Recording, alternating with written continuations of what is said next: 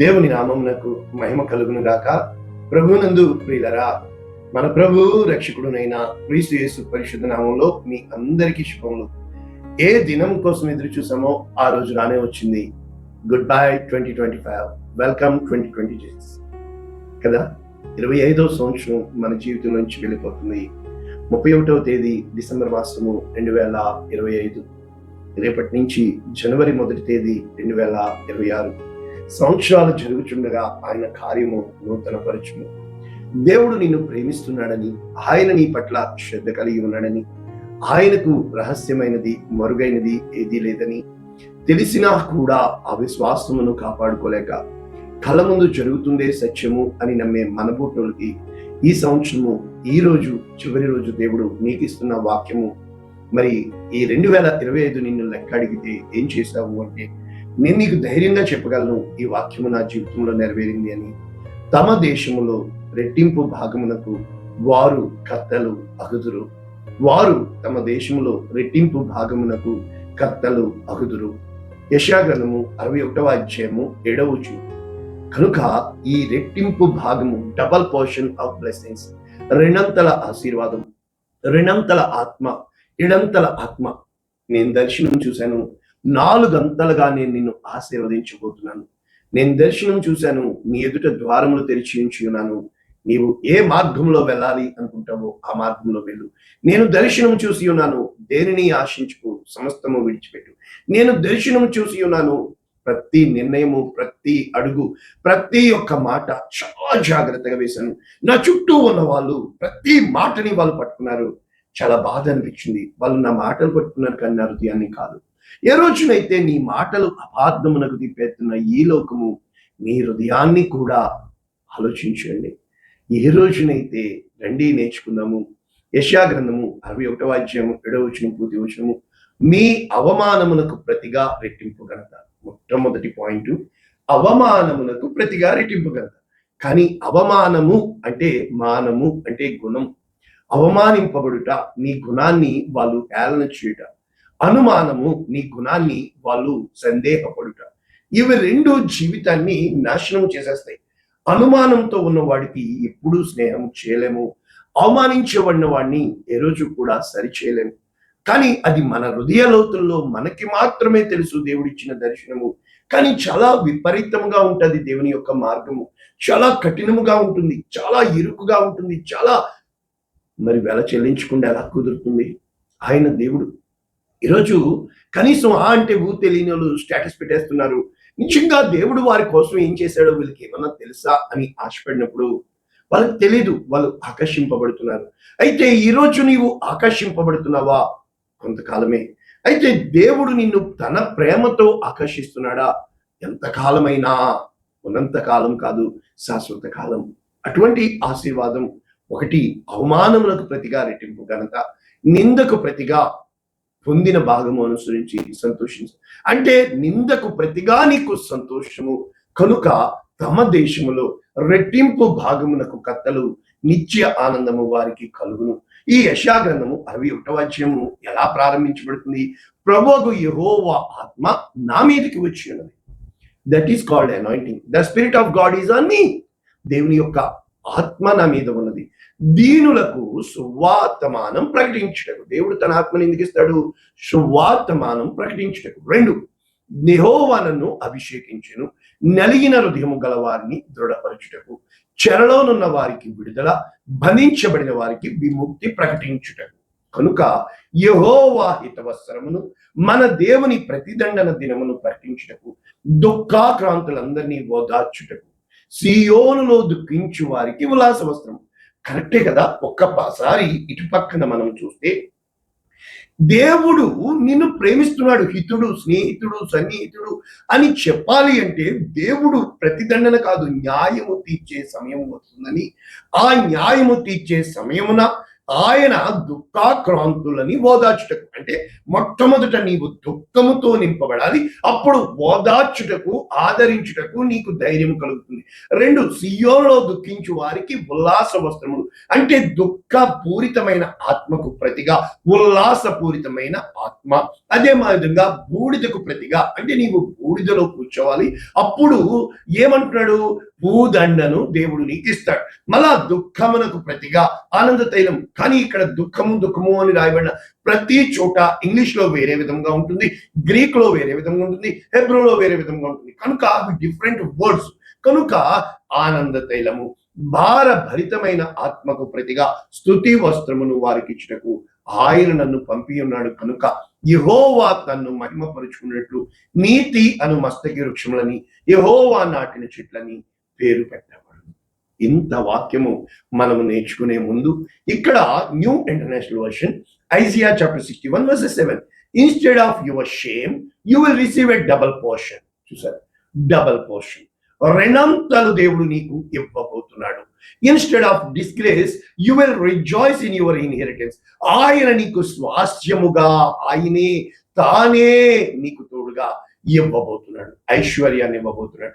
And so you will inherit a double portion in your land and everlasting joy be yours. అంటే అర్థం ఏంటంటే, కాబట్టి నిత్యము ఆనందించేవాడుగా, దీన్ని ఏమని టైటిల్ పెట్టారు, year of the Lord's favour. అంటే ఈ 2026వ సంవత్సరము నీ జీవితంలో దేవుని యొక్క కృపా కనికరములు కలిగిన కృపావసరముగా, మహిమ వసరముగా, year of the Lord's favour, దేవుని యొక్క కృపని నీవు పొందుకున్నవాడిగా, అనుగ్రహమును నీవు పొందుకున్నవాడిగా ఈ 2026వ సంవత్సరం నీకు కలుగును గాక.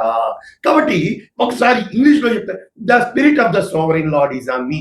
అంటే ఈ 2026వ సంవత్సరంలో the spirit of the sovereign Lord, సర్వశక్తిమంతుడైన దేవుని ఆత్మ నీ మీదకి వచ్చును గాక.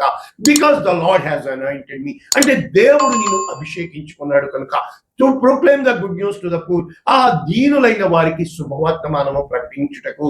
He has sent me to bend up the broken hearted. అంటే ఆ బైండింగ్ ఏమంటున్నాడు, ఆ విరిగి నలిగిన హృదయాలు గలవారిని బలపరుచుటకు, to proclaim freedom for the captives, ఆ బంధించబడిన వారికి విడుదల ప్రకటించుటకు, and to release them from the darkness of the prisoners, అంటే ఆ చెరలో బంధింపబడిన వారిని వెలుగులోనికి నడిపించుటకు.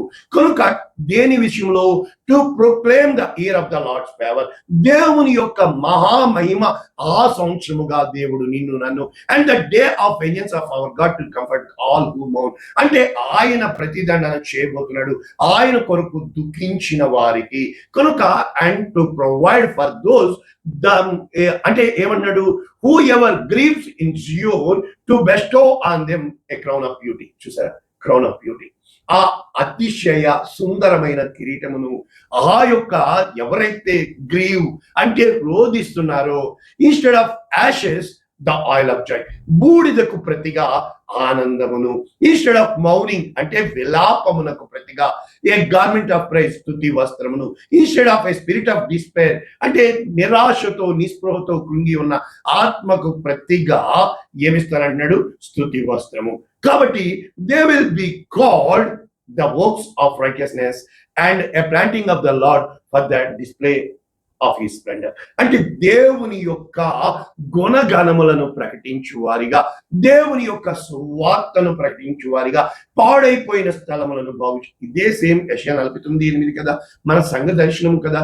కాబట్టి ఏ రోజునైతే ప్రభువునందు ప్రియులారా ఇన్ని గొప్ప ఆశీర్వాదాలు నీకున్నాయంటే, మనుష్యులు పెట్టే నిందకు దేనికి భయపడుతున్నావు, మనిషిని దేనిలో నువ్వు లక్ష్యం చేయగలవు, మనిషిని ఏ రోజున కూడా దేవుని యొక్క వాక్యం చెప్తుంది, ఎంత మాత్రము కూడా వారిని మీరు లక్ష్య పెట్టవద్దు. ఇప్పుడు జకర్యా గ్రంథం 9:12 ఏం చెప్తుంది, బంధకములలో పడి ఉండి నిరీక్షణ గలవారలారా మీ కోటలో మీరు మరలా ప్రవేశించండి, రెండంతలుగా మీకు మేలు చేసేదనని నేడు నేను మీకు తెలియదు. I'm doing the double portion of the blessing for you. అంటే నీకు ఆశీర్వాదాలు తన్నుకొని వచ్చేటట్లుగా దేవుడు చేయబోతున్నాడు. అంటే ఎలా నేర్చుకోవచ్చు, ఒక్క మాటలో డబల్ డబల్ డబల్ డబల్. యోవేలు గ్రంథం 2:21, దేశమా భయపడక సంతోషించి గంతులు వేయు, యెహోవా గొప్ప కార్యములు చేసెను, ఎవరెవరికి? పశువులారా భయపడకుడి, గడ్డి వీళ్ళలో పచ్చిక మొలుచును, చెట్లు ఫలించును, అంజూరపు చెట్లు ద్రాక్ష చెట్లు సమృద్ధిగా ఫలించును. ఇంకా చెప్తున్నాడు దేవుని యొక్క వాక్యము, సియోను జనులారా ఉత్సహించి మీ దేవుడైన యెహోవా యందు సంతోషించుడి. తన నీతిని బట్టి, మనిషి నీతిని బట్టి కాసుమా, తొలకరి వర్షము మీకు అనుగ్రహించును, వాన కురిపించి పూర్వమందు వలె. తొలకరి వర్షము, కడవరి వర్షము. అంటే ఈ రెయిన్ బిగినింగ్ ఎండింగ్ కూడా, అంటే సంవత్సరాది మొదలుకొని సంవత్సరాంతం వరకు the later rain and the rain. కాబట్టి కొట్లు ధాన్యముతో నిండును, 7-fold బ్లెస్సింగ్స్ ఇక్కడ ఉంటుంది. కొత్త ద్రాక్షారసము, కొత్త తైలము, గానుగులకు పైగా పొల్లిపాను.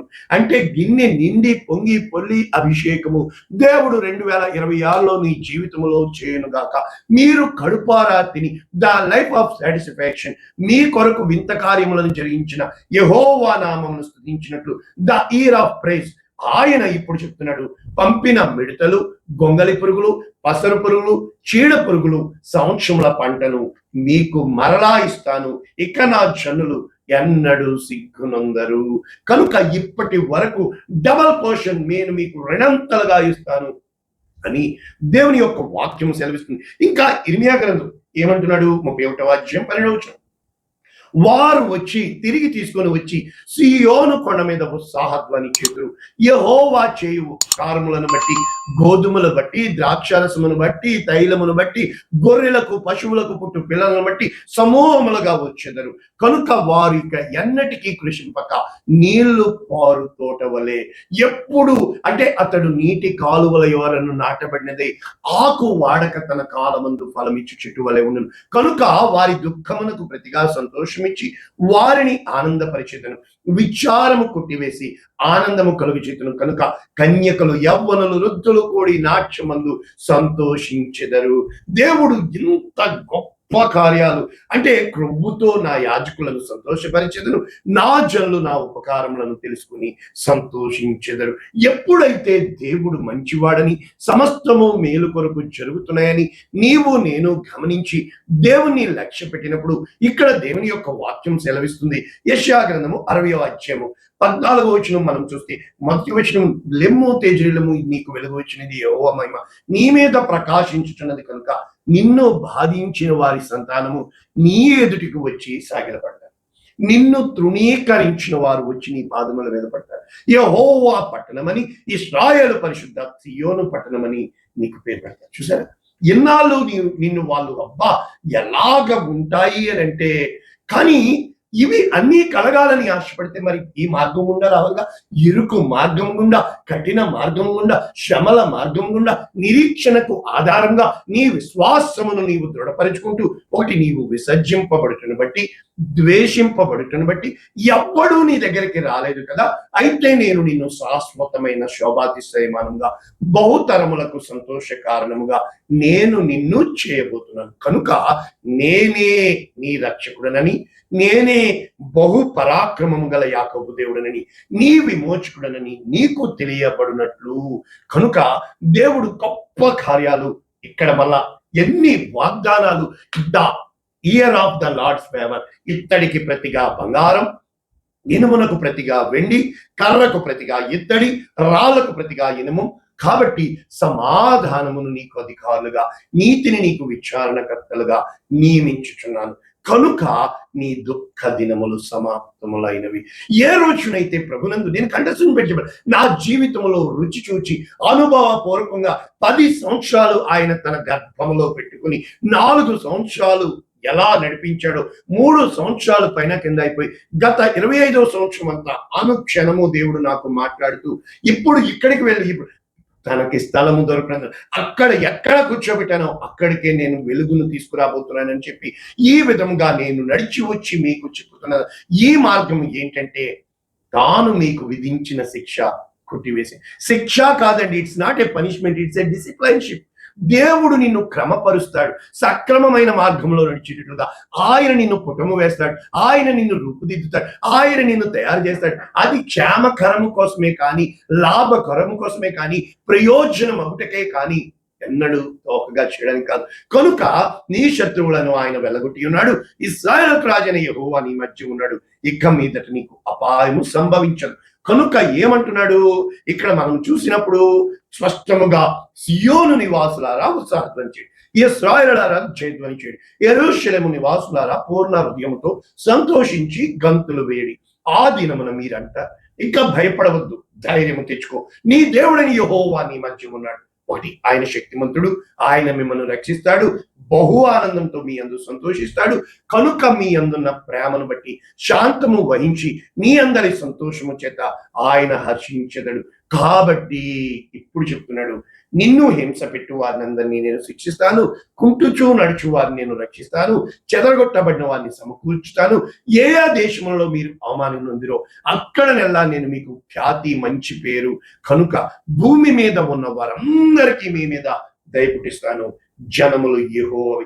మరి ఇదే వాక్యాలు కదా ఈ యెషయా గ్రంథము 40వ అధ్యాయంలో 41 నుంచి మరి మనం ఇవన్నీ చూసినప్పుడు యెషయా గ్రంథము 41వ అధ్యాయము 8వ వచనం నుంచి దేవుని యొక్క వాక్యం ఏమని సెలవిస్తుంది? నా సేవకుడైన ఇశ్రాయేలు, నేను ఏర్పరచుకున్న యాకోబు, నా స్నేహితుడైన అబ్రహాము సంతానమా, భూదిగంతముల నుండి నేను పట్టుకుని అని చెబుతూ, నీవు నా దాసుడు అనియు నేను నిన్ను ఉపేక్షింపక ఏర్పరచుకుంటుననియు నీతో చెప్పాను కదా. నీకు తోడై ఉన్నాను కనుక ఎందుకు భయపడుతున్నావు? ఎందుకు దిగులు పడుతున్నావు? ఎందుకు ఎలాగవుతున్నావు? నేను నీకు తోడై ఉన్నాను కనుక నీ మీద కోపపడిన వారందరూ సిగ్గుపడి వేస్తారు. నీతో వాదించువారు మాయమై నశించిపోతారు. నీతో కలహించు వారిని వెతుకుతావు కానీ కనుగొనలేకపోదు. నీతో యుద్ధము చేయవారు మాయమైపోతారు. కనుక భయపడకము, నేను నీకు సహాయం చేశాను. ఇవి అన్ని నా జీవితంలో జరిగినాయి. నేను దేవుని స్వరం వినాలని ధైర్యంగా చెప్తున్నాను. నీవు దేవుని స్వరం వినాలంటే చెత్త అంతా పెట్టి అందరికి లక్షల మంది చూస్తారు ఎదుటోళ్ళని తిట్టేది కాదు. నీలో వ్యక్తిత్వ వికాసం, నీలో వ్యక్తిత్వ అభివృద్ధి, నీలో నీ మనస్సుని నీవు సాధన చేసినప్పుడు దేవుడు నిన్ను గొప్పవాడిగా, కృషి ఉంటే మనుషులు ఋషులవుతారు. సాధన చేయి, అభ్యాసం చేయి. ఈ రానయ్యున్న నూతన సంవత్సరం దయా కిరీటంగా, the year of the Lord's favour, దేవుని యొక్క మహిమైశ్వర్యము, కృపా మహిమలు దేవుడు నీకు తోడుగా ఉంచినట్లు నేను మీతో నూతన సంవత్సరంలో ఈ క్యాలెండర్ నిమిత్తంలో ఎంతమంది ముందుకు వచ్చారో వారందరినీ దేవుడు దీవించుగాక. ఇంకా ఎవరైనా కానుక పంపించాలంటే అక్కడ వెతకండి, అందులో ఉన్నాయి, అక్కడ ఉన్నాయి. ఎవరినైనా అడగండి, సబ్స్క్రైబ్ చేయండి, 10 మందికి పంపించండి, కానుక పంపించండి. కనీసం సంవత్సరానికి ఒక్కసారైనా దేవుని మహింపరచండి. ఇటువంటి కార్యాలు దేవుడు మన వినికిడిలో గొప్ప కార్యాలు జరిపించును గాక. పరిశుద్ధుడా, ప్రేమ కలిగిన తండ్రి, గత సంవత్సరం అంతా నీ కృపా మహిమ ఐశ్వర్యంలో నీ దేవదేవనిలతో మమ్మల్ని నింపినందుకు నీవు దేవుడవు కనుక నిన్ను నమ్మిన వారిని ఎంత మాత్రము నీ విడిచిపెట్టమని, నీ యొద్దకు వచ్చి వారిని ఎంత మాత్రము త్రోసివేయమని సహాయము చేసే దేవుడవని నజరుడైన యేసు నామమున దీవించి ఆశీర్వదించి నీ కృపా సమృద్ధికి అప్పగిస్తూ నీవే మాకు ప్రభువుగా దేవునిగా ఉన్నామని యేసు నామమున దీవిస్తున్నాము తండ్రి. మరి ముఖ్యంగా ఈ రానున్న నూతన సంవత్సరం దయా కిరీటమును ఏ వాగ్దానములను మాకు ఇవ్వబోతున్నావు? 29, 30, 31 ఎవరు విశ్వాసంతో ఉపవాసం ఉన్నారు? ఎవరు వాగ్దానములు ఎవరికి ఏమి సిద్ధపరిచావో యేసు నామమున కలుగును గాక. Amen. God bless you all. దేవుడు మిమ్మల్ని దీవించుగాక.